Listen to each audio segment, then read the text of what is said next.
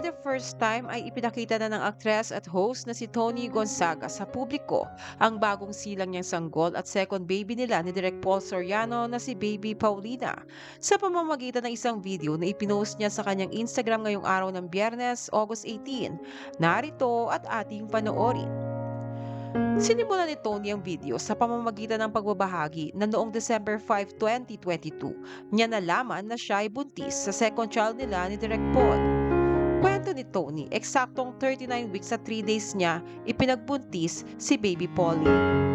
Isang oras bago magsilang ay ibinahagi ni Tony na sobrang excited na siyang makita ang newest member ng kanilang family. CM. 1 more hour and we're ready to see you. Kapansin-pansin rin na ang ganda ni Tony kahit pa nagla-labor na ito. Simple lang siya at walang kahit anong makeup. Nang first time niya marinig ang iyak at masilayan si Baby Polly ay hindi maiwasan ni Tony ang mapaiyak marahil dala ng sobrang kaligayahan.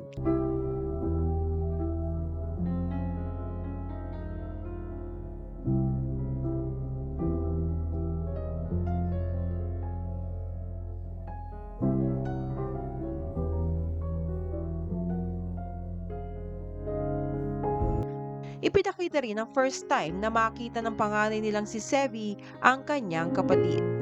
Si Baby Paulina Celestine Gonzaga Soriano ay isinilang noong August 11, 2023 bandang 2:05 p.m. Ani Tony sa kanyang caption para sa naturang video, "You are the greatest reward I've ever held in my arms. Thank you for coming right on time just when I needed you the most. My new best friend, Polly." Agad namang bumaha ang mensahe ng pagbati para kina Tony at Paul sa pagdating ng kanilang bagong baby. Well, congratulations Tony and Paul and to the whole family.